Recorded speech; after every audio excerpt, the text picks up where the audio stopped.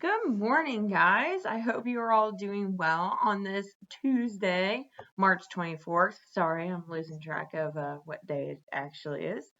So, on Google Classroom, one of the tasks I asked you to complete this week was the Pear Deck on savings accounts. Okay, and the three questions that you'll see when you're going through that. The first one, what do you want to know about saving money? I think there's about 20-ish responses so far. I think some of my favorites range from how do I save money to is it hard to save money? And I know lots of you already know like the basics of saving money, like the point of having money when you need it for other expenses, or that you know that your parents save money to pay for things and whatnot. And sometimes it is hard to save money. I can't even lie. Like it's if you see something you're like, "Ooh, that's really cool. I kind of want that." And I know sometimes I'll go with I'll ask for it for Christmas. I'll wait and I'll wait and I'll wait. But sometimes there's things you can't wait. Like if you want to go somewhere, can't wait for Christmas all the time to go places, and you kind of just want to go now, or when it's convenient for you to go. So yeah, it can be challenging to save money. My best my best advice. I have several accounts. I have like a Capital One account that I just don't touch, and it takes money out of my checking account every week. So I think it takes like $30 every week and puts in that Capital One account, and I just don't touch it. I let it accumulate, and that's like for super emergencies if something were to happen.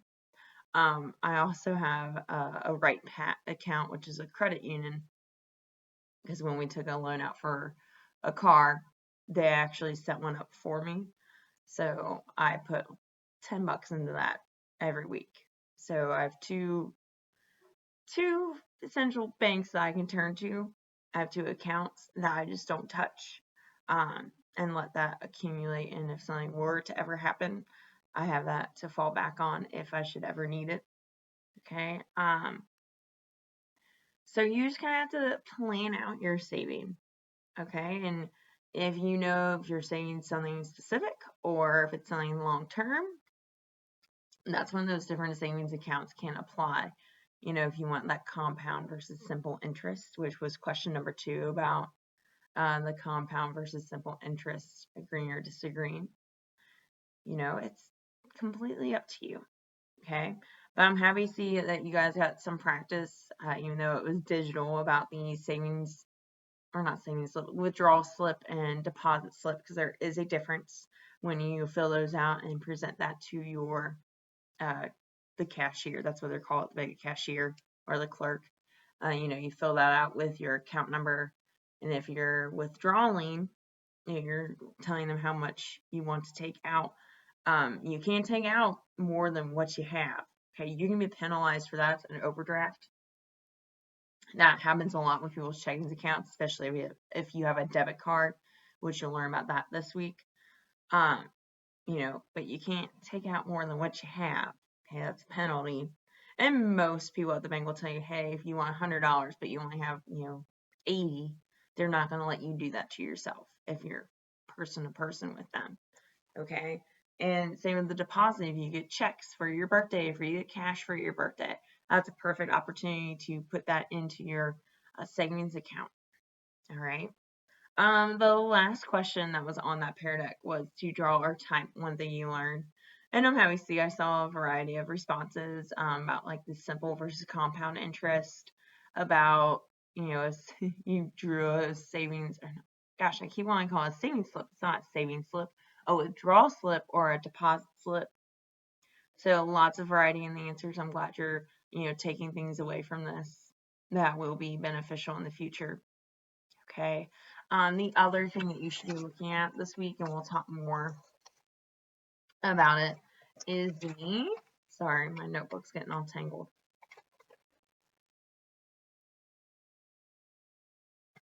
Wrong notes. Oh, checking accounts. Okay. And I know the other day that one was having some trouble loading. And I don't know if Pear Deck was just getting overwhelmed because it took a while on my end I even tried like the Join PD, typed in the code, and it was just spinning a lot. So it might have just been overwhelmed. But those are the right codes. I'm telling you now, those are correct. And if they weren't, it would tell you that's not the correct code. All right. Worst case scenario, if it doesn't work with lowercase letters, try capitalizing them or refresh it and come back to it later. That's my best tips because I can't help that Pear Deck gets overwhelmed. All right. And then I know somebody going to point out that I think the credit card in debt one of the videos doesn't work. So I got to work on fixing that as well. All right. But again, don't rush. I know you have other work for other classes as well. And I am happy to answer your questions the best I can, via email. All right. So that's really all I have for savings accounts. They're pretty straightforward because that's where you want to invest your money into save. Okay. And that's when we talk about checking accounts tomorrow. You'll see the difference. I hope you see the difference between checking and a savings account. Okay. So your book reads for today. I have not started this one yet. I bought this in Philadelphia. It's called The American Revolution by Gordon Wood.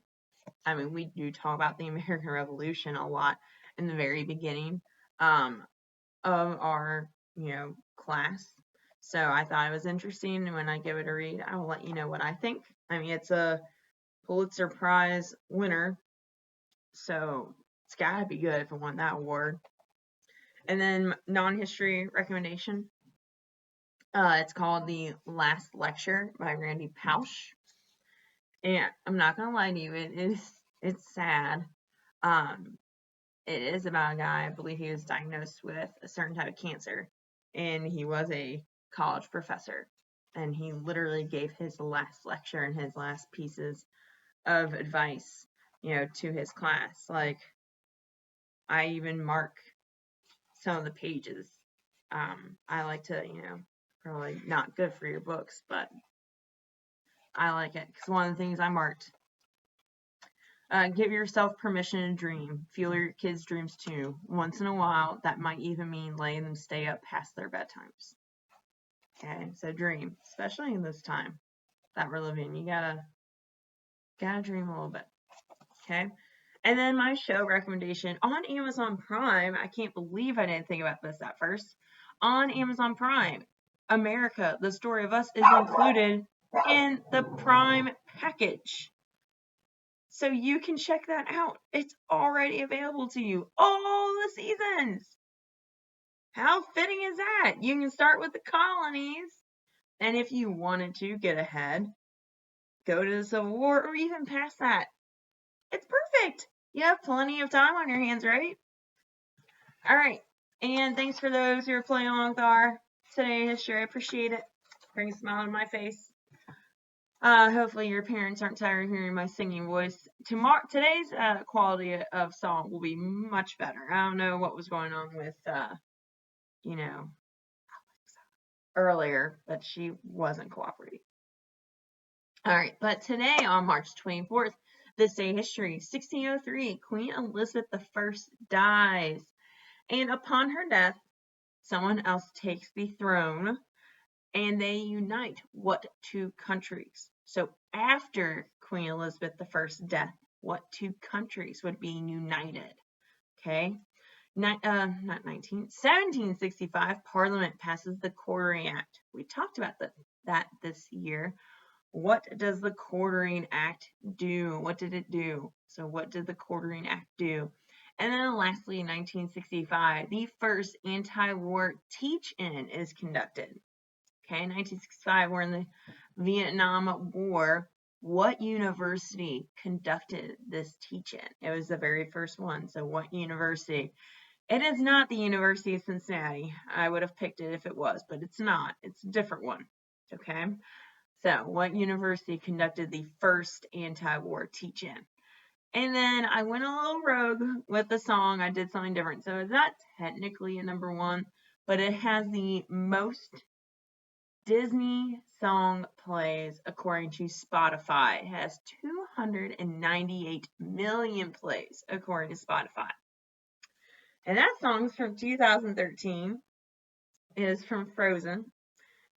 And right now, I think we all need to just let it go. Let it go. So, Alexa, play Let It Go. All right, let me turn it up.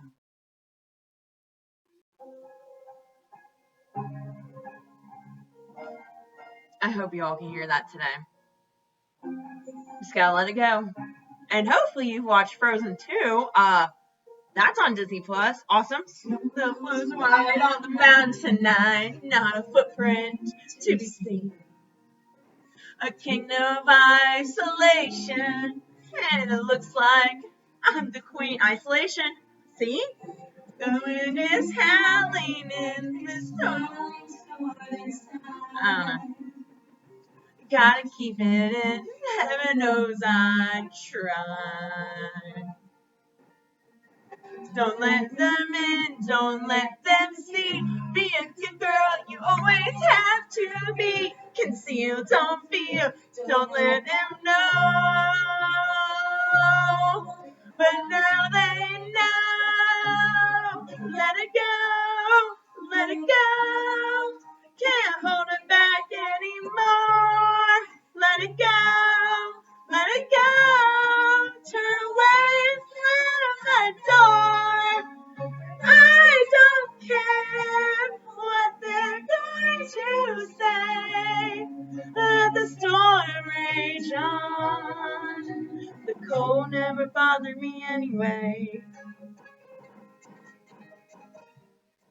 Really, it should say the quarantine never bothered me anyway, but it's really bothering me that I cannot talk to you guys in person. Or, embarrass the living daylights out of you with my singing. Alright. I will see you all tomorrow, bright and early. I'm going to go for a quick little run. Alright? Keep your chin up, guys.